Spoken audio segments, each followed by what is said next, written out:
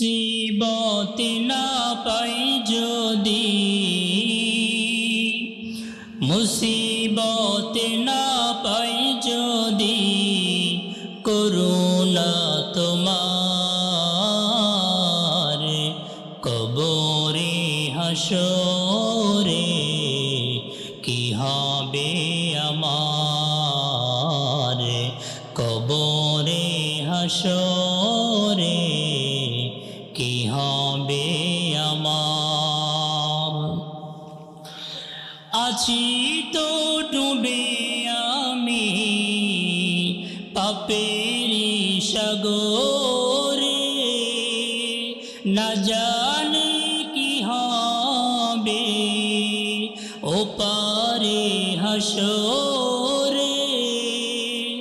আছি তো ডুবে আমি পাপেরি সাগরে, না জানি কি হবে ওপারে হাসরে। তোমারি সুপারিশ বিনে, তোমারি সুপারিশ বিনে কেমনে হব পার, কবরে হাসরে কি হবে আমার, কবরে হাসরে কি হবে আমার। তুমি তো দিয়েছ দেখিয়ে সরল পথ, বলেছ সে পথে মিলবে রহমত। তুমি তো দিয়েছ দেখিয়ে সরল পথ, বলেছ সে পথে মিলবে রহমত।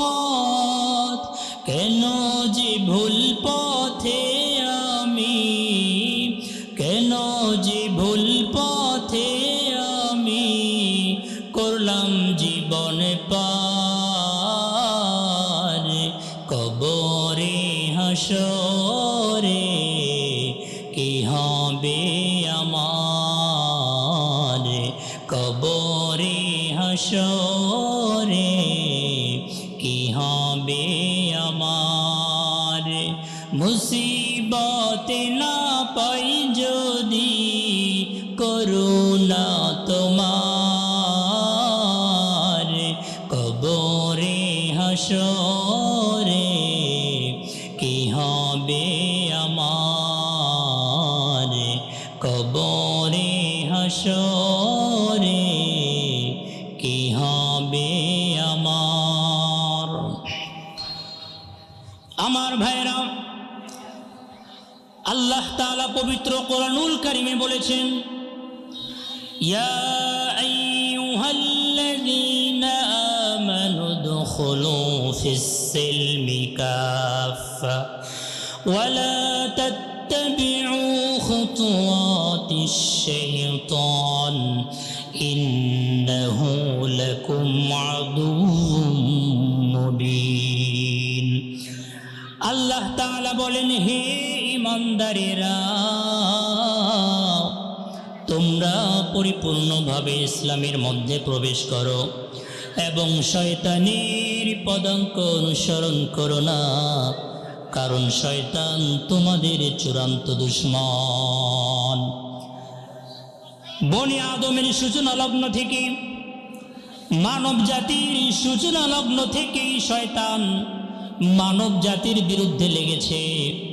মানব জাতিকে প্ররোচনা দিয়ে, ধোঁকা দিয়ে শয়তান মানব জাতিকে জাহান্নামের দিকে ধাবিত করার প্রতিজ্ঞাবদ্ধ হয়ে সেই মানব জাতির পিছনে লেগেছে।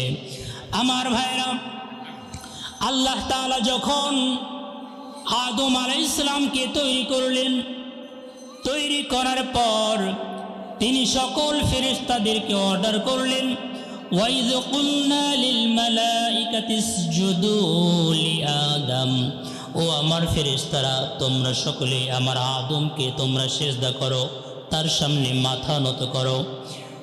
সকল ফেরেশতারা আদম আলাইহিস সালামকে সিজদা করলো,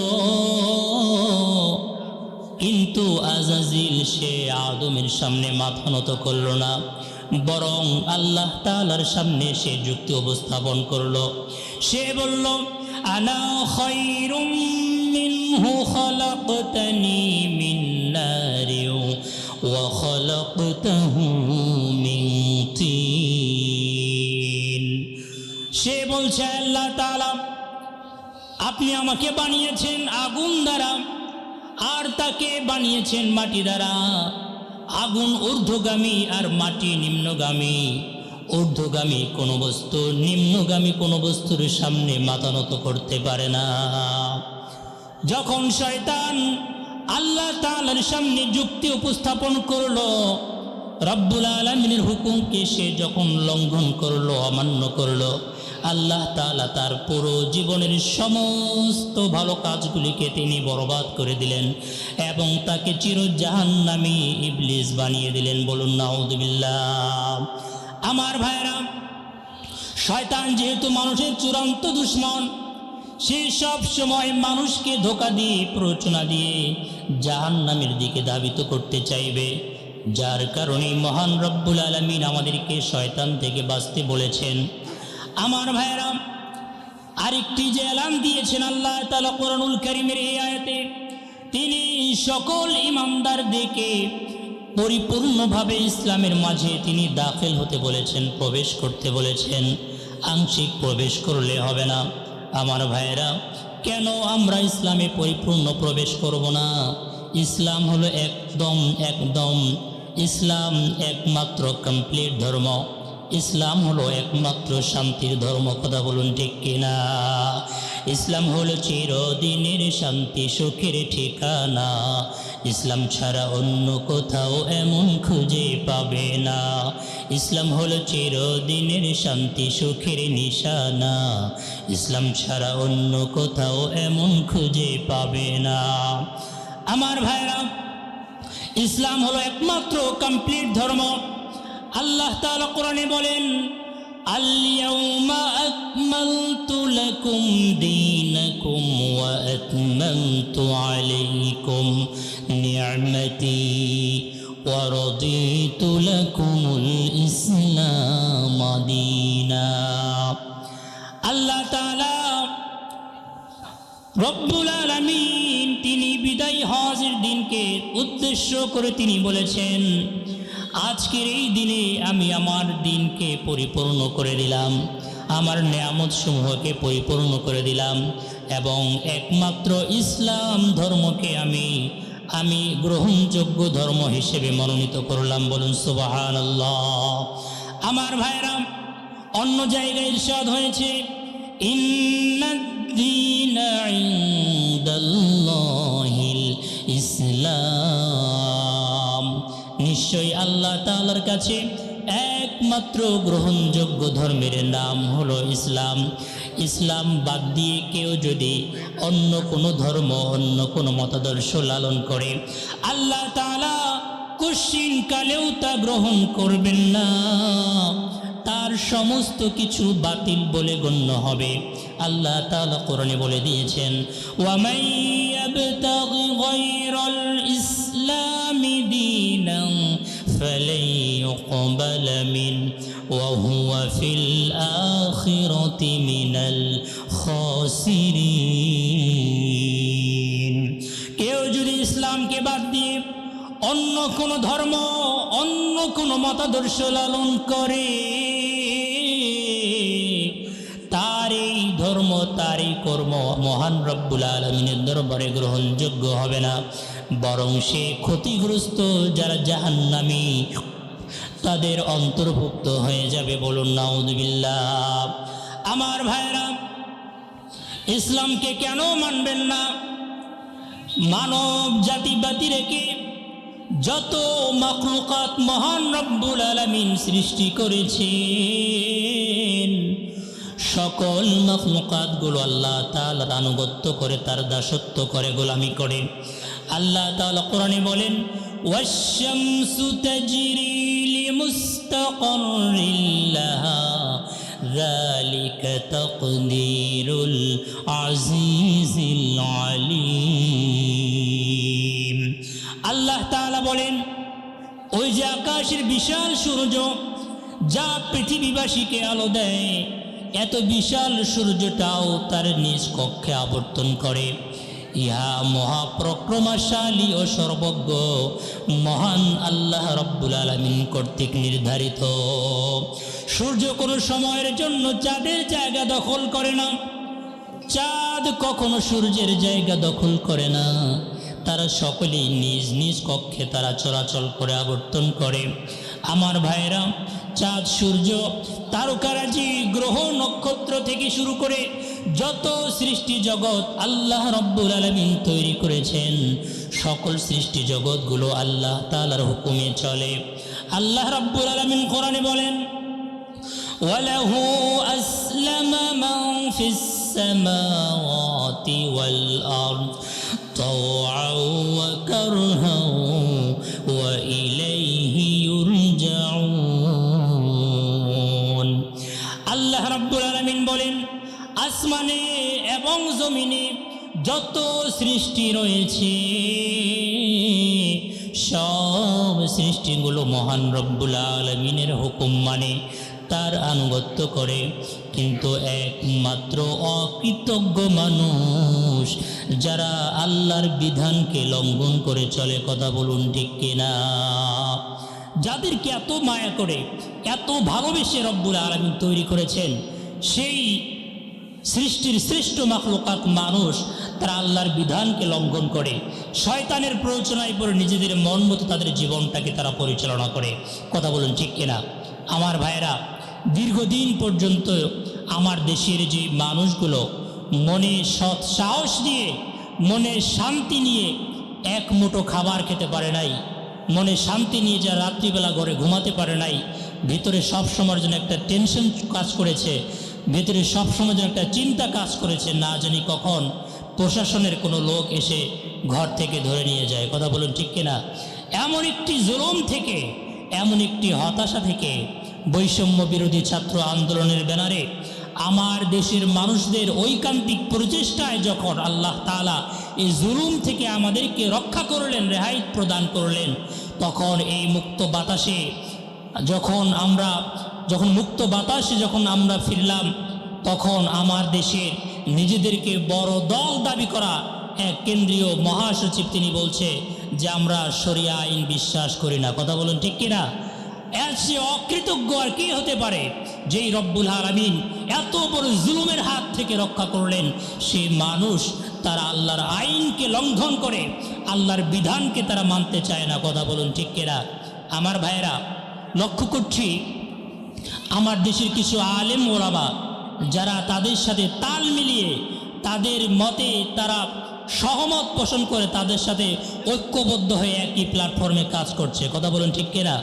আমরা মহান রব্বুল আলামিনের দরবারে আবেদন জানাই যে রব্বুল আলামিন তাদেরকে ফিরে আসার তৌফিক দান করুক, আলেমদেরকে ঐক্যবদ্ধ হয়ে এক প্ল্যাটফর্মে আসার তৌফিক দান করুক। আমার ভাইয়েরা, কোনো আলেম যদি যারা শরিয়া আইনকে বিশ্বাস করে না, এই বক্তব্য দেওয়ার পরও কেউ যদি তাদের সাথে সহমত পোষণ করে, তাদের সাথে যদি কাজ করে, তাদের সাথে যদি মিলেমিশে ঐক্যবদ্ধ হয়ে এক প্ল্যাটফর্মে কাজ করে, সে বড় আলেম হতে পারে, বড় বক্তা হতে পারে, কিন্তু পরিপূর্ণ মুসলমান হতে পারে না। কথা বলুন ঠিক কিনা? সম্মানিত ভাইয়েরা আমার, এই জন্য আমরা যারা রয়েছি, যেহেতু আমাদের দেশে একটি সুবর্ণ সুযোগ তৈরি হয়েছে, আমি আহ্বান জানাবো আপনারা ফিরে আসুন। সকল আলেম আপনারা সকলে ঐক্যবদ্ধ হয়ে এই জাতিকে ঐক্যবদ্ধ করার মাধ্যমে রাষ্ট্রীয়ভাবে ইসলামকে প্রতিষ্ঠা করার আপনারা একটি প্রচেষ্টা চালান। কথা বলুন ঠিক কিনা? আল্লাহ তাআলা সকল আলেমদেরকে ঐক্যবদ্ধ হওয়ার তৌফিক দান করুন, আমরা সকলে বলছি আল্লাহুম্মা আমিন। ভাইরা আমার, তাহলে যেই কথা বলছিলাম, আমাদেরকে মহান রব্বুল আলামিন পরিপূর্ণ ইসলামের মাঝে প্রবেশ করতে বলেছেন, কিন্তু অনেকেই আজ পরিপূর্ণভাবে ইসলামে প্রবেশ করতে পারে নাই। সম্মানিত হাজিরিন, কিভাবে পরিপূর্ণভাবে ইসলামে প্রবেশ করবেন? বিষয়টি সহজে বোঝাবার জন্য আমি 5টি পয়েন্টে খুবই সংক্ষিপ্ত আলোচনা করব। এই 5টি কোয়ালিটি যদি কোনো মানুষের মাঝে পাওয়া যায়, আশা করা যায় সে একজন প্রকৃত মুসলিম। বলুন সুবহানাল্লাহ। সম্মানিত হাজরিন, 1 নম্বর কোয়ালিটি হলো ঈমান, 2 নম্বর হচ্ছে আমল, তারপর মুআমালাত, মুআশারাত, আখলাক। এই 5টি কোয়ালিটি যদি কোনো মানুষের মাঝে পাওয়া যায়, কোনো মুসলমানের মাঝে পাওয়া যায়, আশা করা যায় সে একজন প্রকৃত মুসলমান। আসুন আমরা কোরআন সুন্নাহর দৃষ্টিতে একটু আমরা বোঝার চেষ্টা করি এই 5টি কোয়ালিটি কাদের মাঝে আছে আর কাদের মাঝে নেই। যাদের মাঝে রয়েছে আলহামদুলিল্লাহ, যাদের মাঝে নেই এই কোয়ালিটিগুলো আমরা অর্জন করার চেষ্টা করব ইনশাআল্লাহ। আমার ভাইয়েরা, প্রকৃত মুসলমান হওয়ার জন্য 1 নম্বর গুণের নাম হলো ঈমান। ঈমানকে আমাদের পরিপূর্ণভাবে আনয়ন করতে হবে। একটা নির্ভেজাল ঈমানের অধিকারী হতে হবে, ভেজাল মুক্ত ঈমান আমাদেরকে আনতে হবে। যার কারণে আমরা শুরুতেই পড়েছি লা ইলাহা ইল্লাল্লাহু মুহাম্মাদুর রাসূলুল্লাহ। আল্লাহ ছাড়া আর কোনো মাবুদ নাই। বিশ্ব নবী জনাবে মুহাম্মাদুর রাসূলুল্লাহ সাল্লাল্লাহু আলাইহি ওয়াসাল্লাম আল্লাহ তাআলার পক্ষ থেকে প্রেরিত রাসূল। এই কথা আমরা শুধুমাত্র জবানে স্বীকার করেছি, কিন্তু বাস্তব জীবনের সাথে আমাদের কোনো মিল নাই। ঈমানের সংক্ষিপ্ত রূপ হলো জবানে স্বীকার করতে হবে, অন্তর দিয়ে পরিপূর্ণ বিশ্বাস করতে হবে, বাস্তব জীবনে আমল করতে হবে। এই 3টি বিষয়কে যদি আমরা সমন্বয় করে যদি আমরা চলতে পারি, তাহলে আমাদের ঈমানটা মজবুত হবে। বলুন সুবহানাল্লাহ।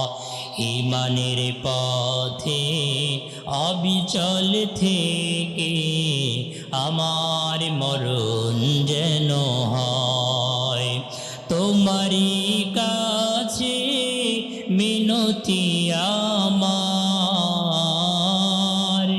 তোমারই কাছে মিনতি আমার, মহামহিম দয়াময়। ঈমানের পথে অবিচল থেকে আমার মরণ যেন হয়। জোরে বলুন আমিন। আমার ভাইরা, ঈমানটা হতে হবে নিট অ্যান্ড ক্লিন, একবারে পরিচ্ছন্ন পরিষ্কার। ঈমানের মাঝে কোনো ত্রুটি থাকা যাবে না। যার কারণে আমরা ঈমানের আরও স্বীকারোক্তি প্রদান করেছি। আল্লাহ তাআলা তিনি আমাদেরকে জানিয়ে দিয়েছেন, আমানতু বিল্লাহি ওয়া মালাইকাতিহি ওয়া কুতুবিহি ওয়া রুসুলিহি ওয়াল ইয়াউমিল আখির ওয়াল কদরি খাইরিহি ওয়া শাররিহি বিনাল্লাহি তাআলা ওয়াল বা'সি বা'দাল মাউত।